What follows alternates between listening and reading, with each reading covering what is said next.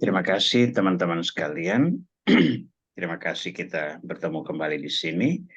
Mohon feedback apa suara saya cukup bisa didengar dengan jelas. Jelas, Pastor. Oke, baik. Terima kasih. Untuk tema malam ini yang saya tawarkan adalah hidup yang diasah oleh salib Kristus, yang saya ambil inspirasinya dari surat pertama Petrus bab 2 ayat 18 sampai 25.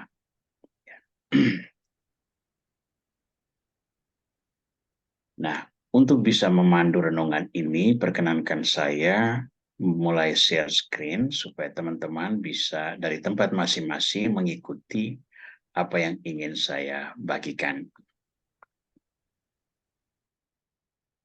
Baik, sebagaimana yang telah disampaikan tadi, tema kita adalah hidup yang diasah oleh salib Kristus. Inspirasi yang saya simpulkan atau saya ringkas dari surat pertama Petrus bab 2 ayat 18 sampai 25. Nah, tentu saja refleksi malam ini sangat diwarnai oleh devosi pokok yang menjadi perhatian kita belakangan ini, yakni kerahiman ilahi. Tetapi malam ini saya memfokuskan perhatian saya pada pesan Alkitabiah, pesan surat Petrus ini, dan nanti masing-masing orang diharapkan untuk membuat aplikasi konkretnya jika dikaitkan dengan devosi kerahiman ilahi yang sudah dipraktekkan. Kita akan mengawali refleksi kita dengan membaca penggalan kitab suci ini. 1 Petrus bab 2 ayat 18 sampai 25. Saya tampilkan di altar dan Bapak dan Ibu silakan membaca baik dari Alkitab maupun dari layar yang saya sudah share. Hai kamu hamba-hamba, tunduklah dengan penuh ketakutan kepada Tuhanmu. Bukan saja kepada yang baik dan peramah, tetapi juga kepada yang bengis. Sebab adalah kasih karunia jika seorang karena sadar akan kehendak Allah menanggung penderitaan yang tidak harus ia tanggung. Sebab dapatkah disebut pujian jika kamu menderita pukulan karena kamu berbuat dosa. Tetapi jika kamu berbuat baik dan karena itu kamu harus menderita, maka itu adalah kasih karunia. Sebab untuk itulah kamu dipanggil, karena Kristus pun telah menderita untuk kamu dan telah meninggalkan teladan bagimu supaya kamu mengikuti jejaknya. Ia tidak berbuat dosa dan tipu tidak ada di dalam mulutnya. Ketika ia dicaci, ia tidak membalas dengan mencaci maki. Ketika ia menderita, ia tidak mengancam, tetapi ia menyerahkan kepada Dia yang menghakimi dengan adil. Ia sendiri telah memikul dosa kita di dalam tubuhnya di kayu salib, supaya kita yang telah mati terhadap dosa, hidup untuk kebenaran. Oleh bilur-bilurnya kamu telah sembuh. Sebab dahulu kamu sesat seperti domba, tetapi sekarang kamu telah kembali kepada gembala dan pemelihara jiwamu. Baik, ayat-ayat ini sebetulnya membahasakan bagaimana hidup orang Kristiani itu diasah atau diinspirasi, dijiwai oleh salib Kristus. Ya, saya memakai kata asah karena itu boleh dikatakan sebagai satu proses pemurnian diri kita. Jadi kalau kita ingat baik-baik bacaan tadi, maka sangat terfokus pada korban diri Kristus yang telah dilakukannya secara sukarela, semuanya semata-mata demi keselamatan umat manusia. Maka ayat kunci yang menjadi renungan kita itu adalah ayat 24. Ia sendiri telah memikul dosa kita di dalam tubuhnya di kayu salib, supaya kita yang telah mati terhadap dosa hidup untuk kebenaran. Lalu oleh bilur-bilurnya kamu telah sembuh. Ya. Perhatikan bagian yang saya tebalkan, memikul dosa kita, lalu oleh bilurnya kamu telah sembuh. Nah, dua fragmen ini yang akan menjadi fokus refleksi kita malam ini. Yakni Yesus memikul dosa dan bilur-bilurnya membawa kesembuhan. Nah, maka sesungguhnya kita malam ini memberi perhatian pada dua aspek ini. Ia memikul dosa kita, ya. Yesus sendiri tidak berdosa, tapi dijadikan pendosa, dan ia menderita semua akibat dosa. Namun penderitaannya itu bukan semata-mata untuk memuaskan nafsu berkuasa Allah Bapa, tetapi korban dirinya itulah yang membawa penyembuhan bagi manusia-manusia, gambaran Allah yang sudah terluka oleh dosa. Jadi idealnya itu kita melihat Yesus sebagai titik awal yang berinisiatif untuk memikul dosa kita. Jadi ingat, sejak manusia pertama berdosa, Tuhan sudah berpikir untuk melakukan karya penyelamatan ini. Itulah titik awal penyebutan, titik awal penebusan. Dan penebusan ini dieksekusi secara sempurna oleh Yesus Kristus yang menderita di kayu salib. Nah, jadi kesadaran Tuhan untuk menyelamatkan manusia yang dipuncaki oleh penderitaan salib Kristus, itulah jalan ideal bagi semua umat manusia. Semua orang, terutama orang-orang yang percaya kepada Kristus. Namun yang kita lihat adalah ini. Manusia berdosa itu menjalani hidupnya itu sesuai dengan keputusan yang dilakukannya sendiri. Jadi seringkali sebagai orang berdosa, kita menjalankan kewajiban kita tanpa memikirkan bahwa Tuhan yang memikul dosa kita dan korban diri Tuhan itulah yang membawa kesembuhan. Ini kita tidak perhatikan. Karena kalau kita perhatikan dengan baik, kita tidak akan tega untuk melakukan kejahatan atau dosa, karena itu bertentangan dengan korban diri Tuhan yang dilakukan agar kita semua selamat. Ya. Jadi dalam area kuning ini yang saya kasih warna kuning, ini sesungguhnya membahasakan satu warning, satu ibarat lampu lalu lintas warna kuning itu, nah hati-hati di sini. Ada sesuatu yang kamu harus perhatikan, karena di sini sebagai manusia yang berdosa, manusia itu seringkali menjalani hidupnya itu atas dasar pertimbangan dirinya semata-mata. Dia tidak peduli apa yang dipikirkan Tuhan. Dia tidak peduli apa yang dikorbankan Tuhan. Yang penting bagi dia adalah ini sesuai dengan kehendaknya hari ini dan dia jalankan. Dan itu yang seringkali menghantar kita ke dalam pelanggaran, kejahatan, dosa, baik yang kecil maupun yang besar. Nah, saudara-saudara, untuk meneruskan refleksi ini, mari sejenak kita melihat dulu seperti apa hidup manusia yang berdosa itu. Nah, secara sederhana, kita tentu berpikir kalau dalam bicara tentang dosa, itu selalu berkaitan dengan pelanggaran kita terhadap perintah-perintah Tuhan. Ya. Setiap kali kita berdosa karena kita melanggar perintah Tuhan, kita mengikuti godaan kegelapan atau setan, maka kita mengingkari jalan Tuhan. Untuk refleksi malam ini, berdasarkan inspirasi dari surah 1 Petrus tadi, saya coba membuat angel pendekatan yang berbeda. Apa itu dosa? Definisi pertama, dosa itu artinya bertindak, berpikir, bertindak, dan menikmati arahan dari kegelapan. Jadi unsur godaan dan jebakan kegelapan itu selalu ada, tapi manusia justru menikmati itu. Dia hidup, dia bergerak, dia bertindak, dia bertutur kata, semua sejalan dengan arahan kegelapan itu. Nah, untuk itu saya berikan contoh di sini. Nomor apa perintah Tuhan? Ini saya kutip dari kitab Kejadian bab 2 ayat 16 sampai 17. Tuhan Allah memberi perintah ini kepada manusia. Semua pohon dalam taman ini boleh kau makan buahnya dengan bebas, tetapi pohon pengetahuan tentang yang baik dan yang jahat, janganlah kau makan buahnya. Sebab pada hari engkau memakannya, pastilah engkau mati. Nah, sekarang coba kita perhatikan ini. Di Taman Firdaus, Tuhan menciptakan banyak tanaman, dan juga banyak hewan untuk menemani manusia. Ya. Dan ada banyak tanaman yang indah, yang berbuah, yang menjadi makanan dan sebagainya. Ya. Dan semua itu manusia bebas untuk memakannya. Tidak ada larangan, tidak ada halangan.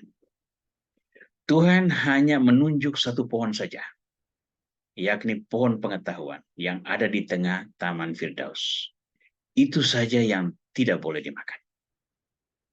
Ya.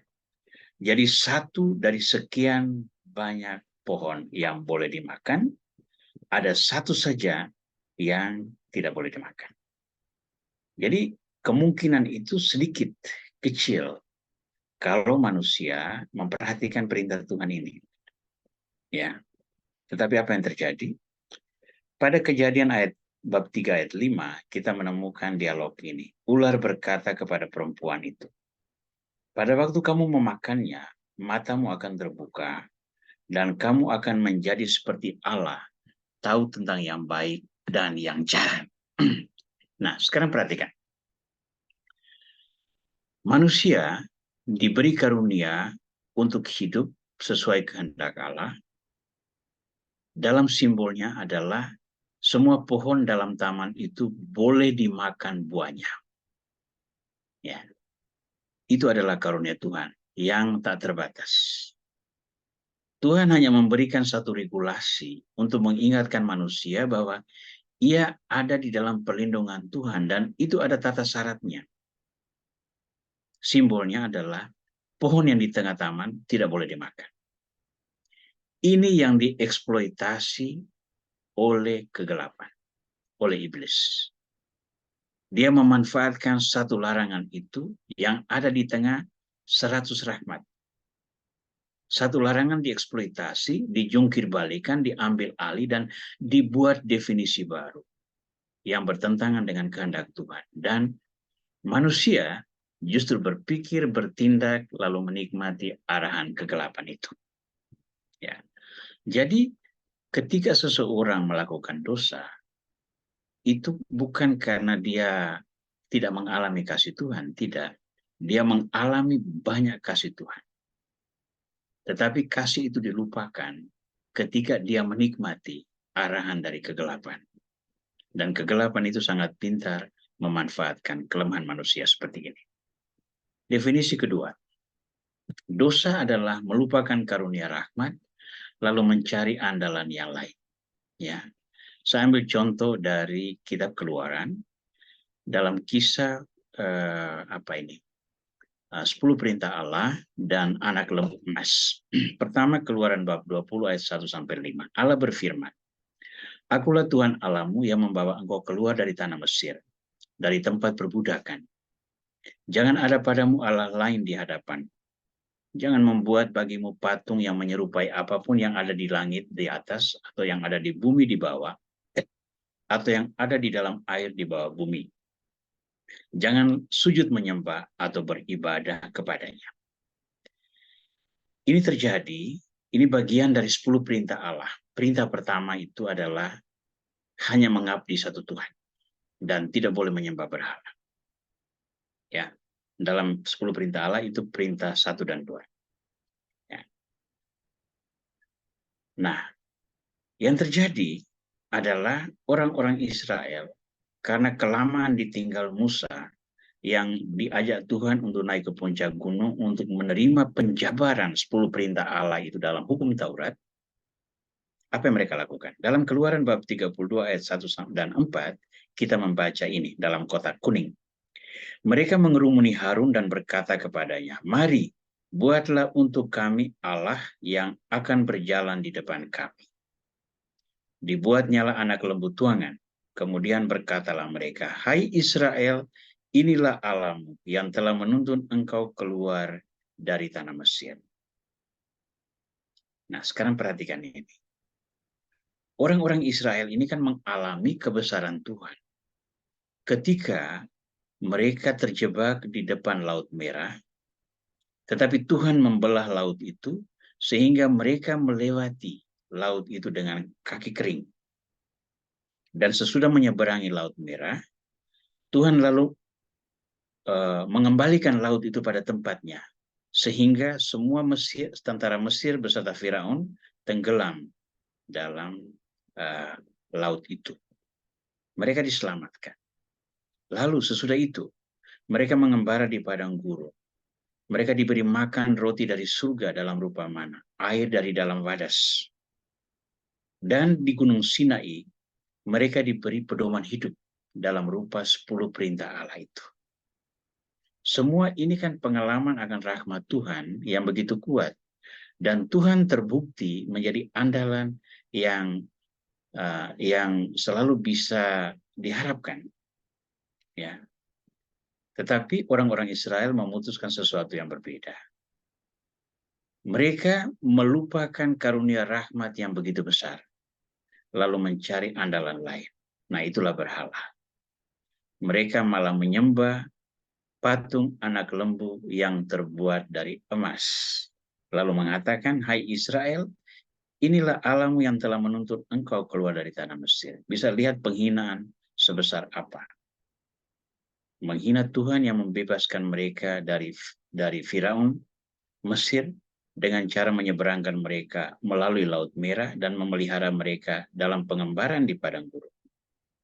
Dan itu sekarang disamakan dengan patung anak lembu emas yang baru dibuat ketika mereka merasa Musa telah meninggalkan mereka.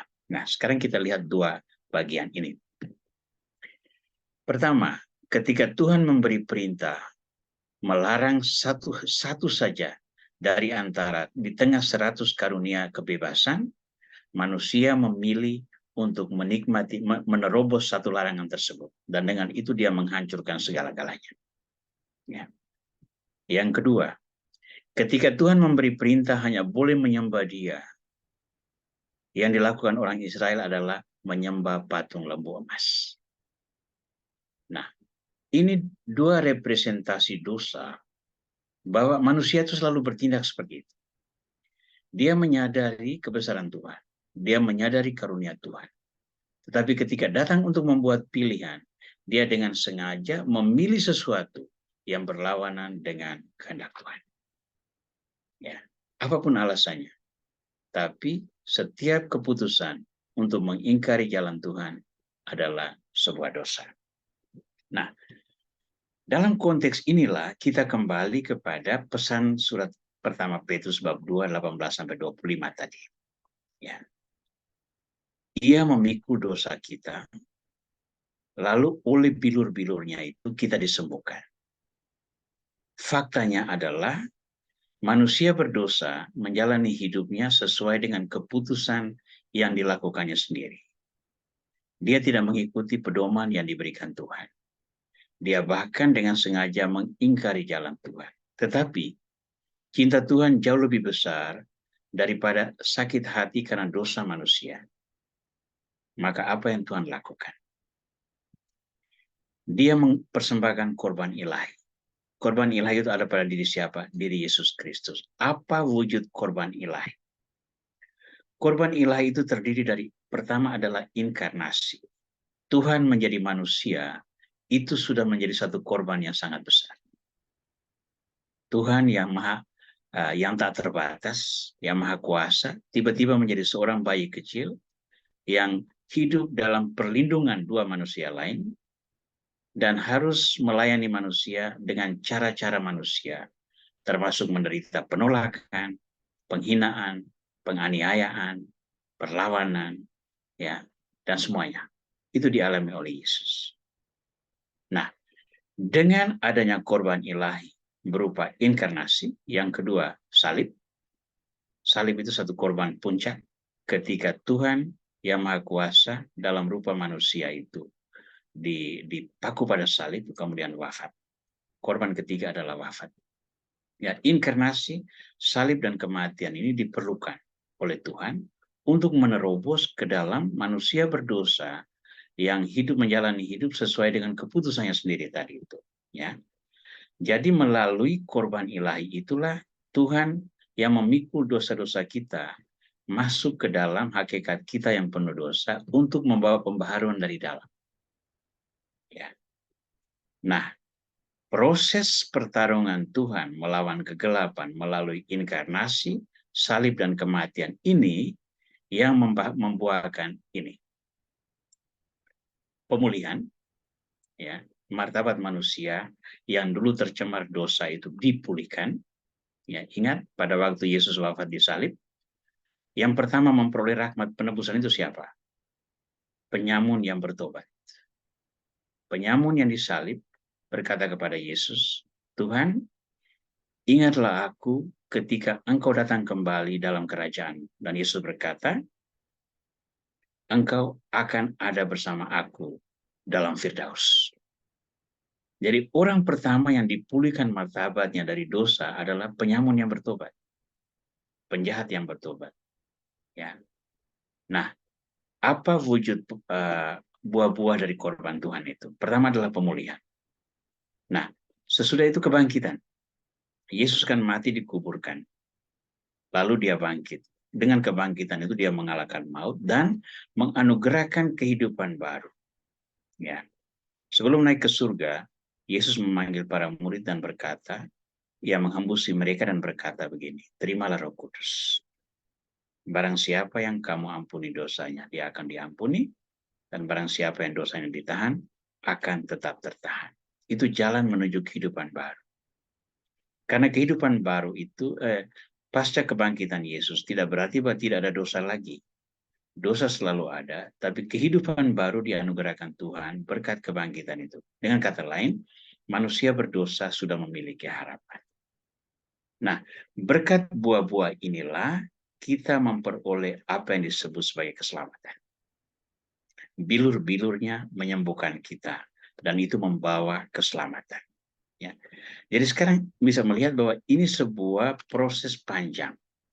Ya, dengan yang menjadi inti perhatian Tuhan adalah ini. Manusia berdosa yang ada dalam zona kuning ini, yang hidupnya itu dilakukan atas dasar keputusan dia sendiri, yang seringkali bertentangan dengan kehendak Tuhan. Tapi karena korban diri Tuhan, dia masuk dan membangun rekonsiliasi di sini, yang menghasilkan semua ini.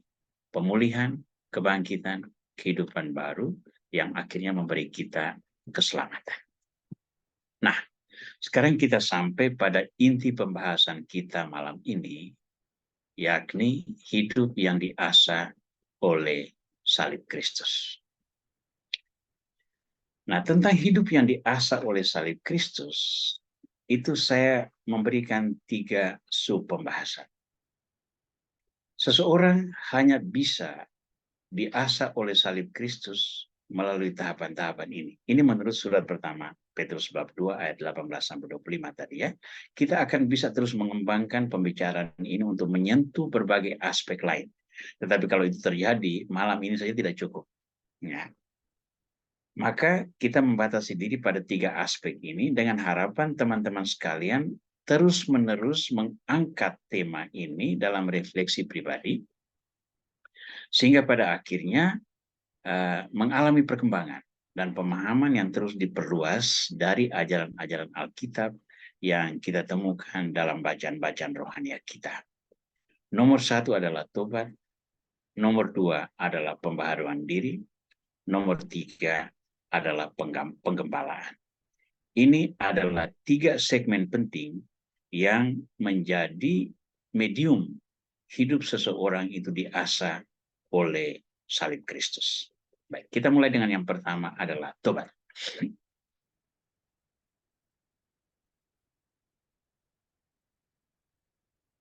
Nah, tentang tobat ini, kita boleh bertanya, apa sesungguhnya makna tobat? Saya memberikan sebuah definisi sederhana. Oke, tobat itu berarti kita menyesali dosa kita. Oke? Kita merasa bersalah di hadapan Tuhan dan sesama. Maka kita menunjukkan penyesalan. Dan itu yang kita sebut sebagai pertobatan. Namun secara hakiki, secara dasariah, tobat itu berarti kita rindu untuk kembali ke akar sejati hakikat kita sebagai manusia, yakni gambaran Allah. Pada waktu Tuhan menciptakan manusia, dia menciptakan itu menurut rupa dan gambarnya. Maka sesudah dia menciptakan manusia, dia mengatakan semua ini amat sangat baik adanya.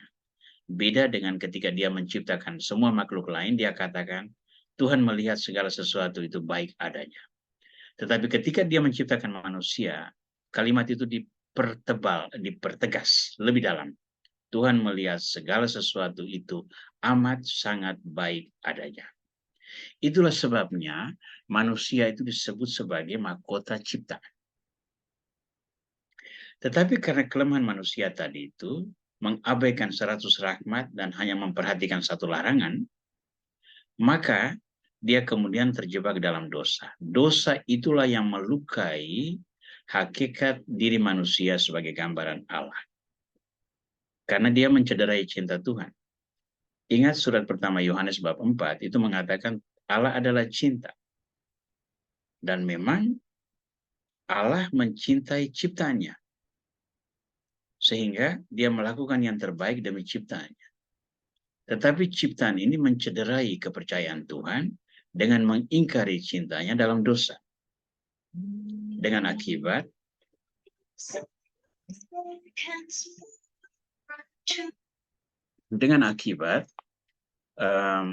ciptaan itu kemudian menjalani hidup yang tidak sesuai dengan kehendak Tuhan. Nah, inilah yang kita sebut sebagai pengingkaran atas jalan keselamatan. Nah, dalam perkara ini, ketika Tuhan menuntun kita untuk bertobat, itu sebetulnya apa yang terjadi. Surat pertama Petrus bab 2 ayat 25 mengatakan ini. Dahulu kamu sesat seperti domba, tapi sekarang kamu telah kembali kepada gembala dan pemelihara jiwamu. Siapa gembala dan pemelihara jiwa kita? Itulah Yesus Kristus. Yesus sendiri mengatakan, akulah gembala yang baik. Ya. Gembala yang baik menyerahkan nyawanya untuk domba-dombanya. Nah, jadi ingat tadi, korban diri Allah dan oleh bilur-bilur itu kita disembuhkan. Di sini Yesus memainkan peranan gembala yang menyerahkan diri bagi domba-dombanya. Ya. Nah, kesadaran kita bahwa kita adalah domba tersesat, namun sekarang kita telah kembali kepada gembala dan pemelihara jiwa itu melalui apa? Melalui pertobatan. Ya. Melalui pertobatan. Nah, pada pertobatan inilah kita berhadapan dengan kondisi manusia yang penuh dosa. Nah, untuk malam ini, ilustrasi yang saya pakai adalah 7 dosa pokok. Menurut Alkitab, 7 dosa pokok itu adalah ini. Kesombongan, ketamakan, kedengkian, kemarahan, kecabulan, kerakusan, dan kemalasan. Ini 7 dosa pokok. Nah, praktis semua dosa yang lain itu bersumber dari sini. Oleh kesombongan itu banyak hal yang bisa dilakukan. Pelecehan terhadap martabat manusia itu biasanya lahir dari kesombongan. Saya lebih tinggi dari orang lain, maka saya berhak untuk melecehkan martabat dia. Bertindak rasis, membuat kelas-kelas di dalam kehidupan masyarakat. Itu rata-rata lahir dari kesombongan. Apalagi ketamakan. Korupsi lahir dari mana? Ketamakan. Ya. Kedengkian.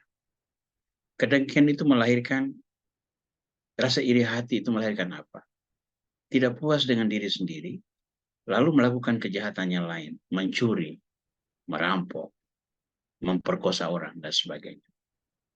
Kemarahan. Orang melakukan kejahatan pembunuhan yang luar biasa, seringkali berawal dari kemarahan. Kecabulan. Ya. Orang membuat eksploitasi seks yang begitu hebat. Hidup dalam frame pemuasan nafsu yang tidak ada batas-batasnya. Lahir dari mana? Kecabulan. Kerakusan. Ketika engkau rakus, engkau mengangkangi hak-hak semua orang. Lalu kemalasan. Ketika engkau malas, engkau tidak mempunyai apa-apa, Lalu engkau memandang keberhasilan orang dengan rasa iri hati, lalu bisa melakukan banyak kejahatan karena kemalasan itu. Nah, berhadapan dengan jiwa manusia yang dirasuki oleh 7 dosa pokok ini, supaya kita bisa menjadi murid Yesus yang baik, kita harus melewati proses pertobatan. Pertobatan itu berarti berupaya untuk mengeradikasi atau mengeliminasi semua potensi dosa pokok ini. Dosa pokok ini disadari bahwa itu bersemayam dalam hati kita dan potensial untuk mendorong kita melakukan kejahatan yang lebih besar. Maka pertobatan pada langkah pertama adalah mengakui bahwa kita memiliki potensi-potensi dosa. Kita memiliki peluang-peluang dosa yang lahir dan ada di dalam kelemahan manusiawi kita. Kita mengatasi dengan pertobatan, dengan menumbuhkan kesadaran terlebih dahulu bahwa domba yang sesat itu pun dapat kembali kepada gembala yang memelihara jiwa kalau seandainya dia memiliki kemauan yang baik. Itulah pertobatan. Karena dengan menyadari kita menjadi milik gembala dan kita mengatasi dosa-dosa pokok ini, kita akan mampu membangun kembali hakikat gambaran manusia, hakikat manusia sebagai gambaran Allah. Itu poin pertama, tobat. Poin kedua, pembaharuan diri. Apa itu pembaharuan diri?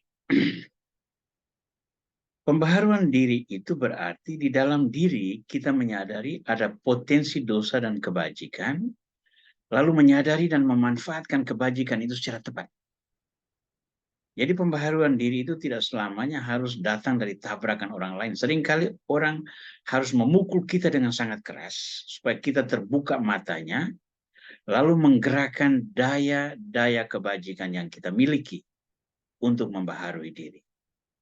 Ya, pembaharuan itu pada akhirnya itu bukan datang dari orang, datang dari diri kita. Orang-orang lain itu hanya menjadi penyentil, menjadi stimulator.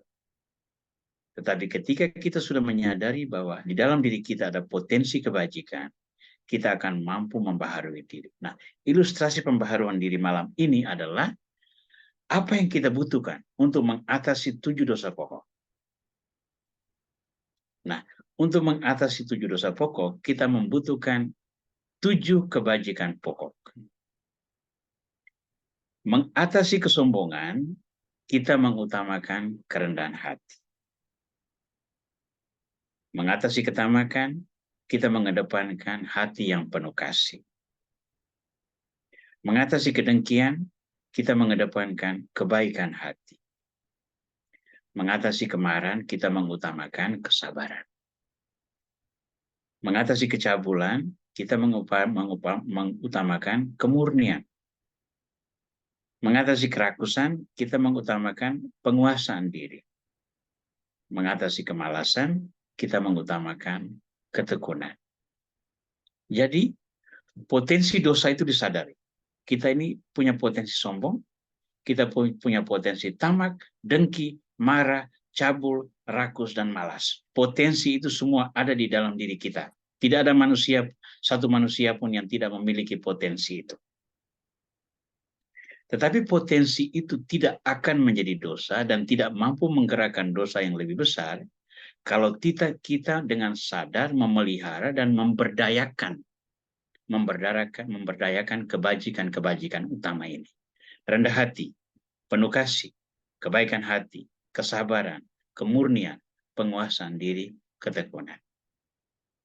Nah, ketika 7 kebajikan utama ini lebih kokoh, lebih berperanan, nah 7 potensi dosa ini ada, tetapi dia tidak memberi peranan yang signifikan.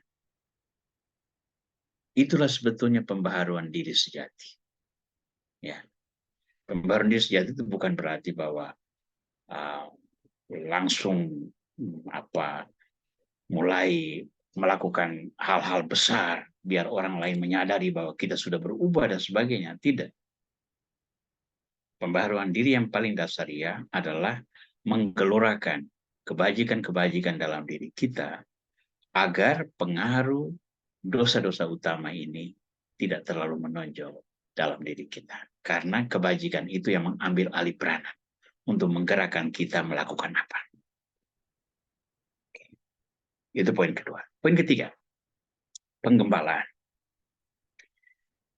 Dalam penggembalaan ini, aspek ketiga untuk hidup yang diasah oleh salib Kristus, kita melakukan penggembalaan. Tapi apa artinya penggembalaan? Penggembalaan itu berarti menjadi tangan Kristus membagi kasih karunia untuk sesama yang membutuhkan bantuan.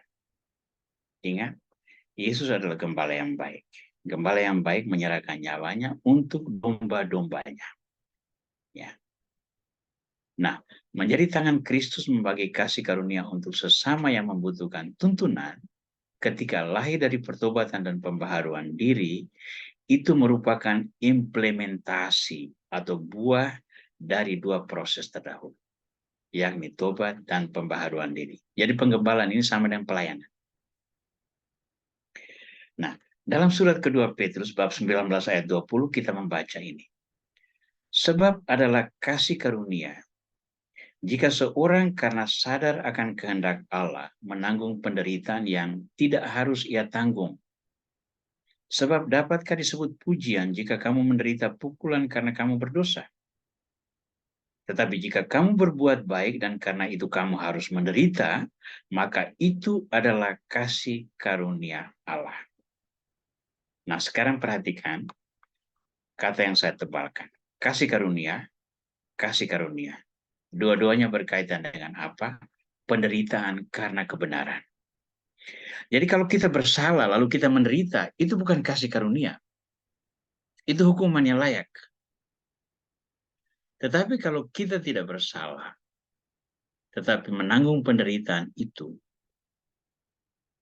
demi keselamatan, bahkan kebaikan orang lain, maka itu adalah kasih karunia. Nah, inilah keunikan dari hidup yang diasah oleh salib Kristus itu. Kalau dalam hidup normal, engkau berdosa, engkau bersalah, betul. Lalu engkau diadili, engkau menyatakan penyesalan, lalu engkau mendapat hukuman.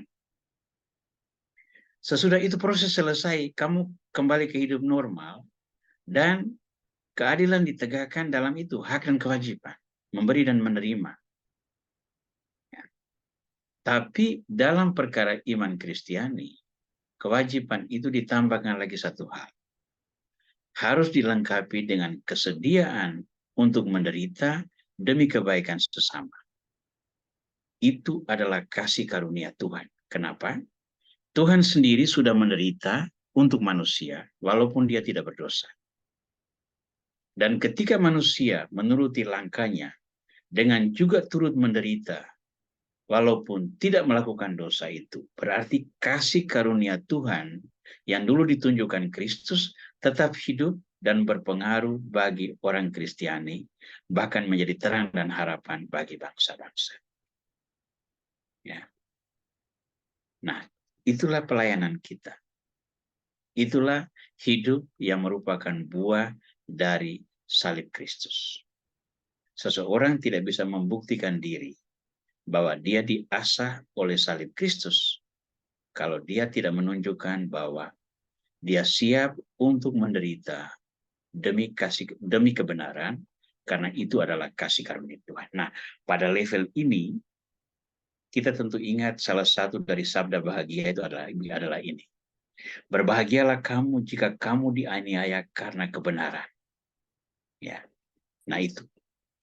Kebenaran memberi alasan kepada seorang Kristiani untuk mau menderita kalau itu demi keselamatan yang ditegakkan oleh Yesus Kristus. Nah, saudara-saudara, di sini kita menemukan bahwa seluruh refleksi kita tadi bermuara pada pesan sederhana ini. Sebab untuk itulah kamu dipanggil, ya. Karena Kristus pun telah menderita untuk kamu dan telah meninggalkan teladan bagimu, supaya kamu mengikuti jejaknya. Ia tidak berbuat dosa dan tipu tidak ada dalam mulutnya. Ketika ia dicaci maki, ia tidak membalas dengan mencaci maki. Ketika ia menderita, ia tidak mengancam, tetapi ia menyerahkannya kepada Dia yang menghakimi dengan adil. Ini adalah prototipe kehidupan iman orang yang diasah oleh salib Kristus kalau dia betul-betul menanggapi apa yang dikehendaki Kristus. Dia melihat apa yang dilakukan oleh Kristus, lalu dia menanggapinya dengan melakukannya semua. Dan kalau itu terjadi, maka kita boleh berbangga dengan pernyataan yang di kanan ini. Orang yang hidupnya diasah oleh salib akan memanggul salib dengan sukacita. Nah, bayangkan, dunia ini akan menjadi apa kalau seandainya salib tidak dianggap sebagai sebuah kemalangan, tapi dianggap sebagai sebuah sumber sukacita. Bagi saya, ini relevan, masuk akal, dan sesuai dengan kehendak Kristus. Karena murid yang setia atau murid yang layak adalah yang memanggul salibnya dan mengikuti jejak Yesus Kristus. Baik. Terima kasih untuk semua perhatian teman-teman sekalian. Semoga sumbangan sederhana malam ini bisa menjadi pendorong bagi teman-teman semua untuk terus merenungkan kehendak Tuhan, melihat firman, dan mendalami hidup dalam kelimpahan kerahiman Tuhan. Itu harus ditegakkan atas dasar 3 prinsip tadi. Ada tobat, ada pembaharuan diri, dan ada penggembalaan. Semuanya terjadi hanya karena kita mau meneladani salib Kristus. Dan ketika salib Kristus menjadi bagian dari diri kita, dan kita sungguh diasah oleh salib Kristus, kita memandang salib sebagai kasih karunia. Dan kalau itu adalah kasih karunia, tidak ada alasan bagi kita untuk mengatakan, saya menolaknya. Bahkan kita mau mencarinya, karena itu adalah sumber sukacita. Baik, terima kasih untuk semua perhatian teman-teman. Saya kembalikan ke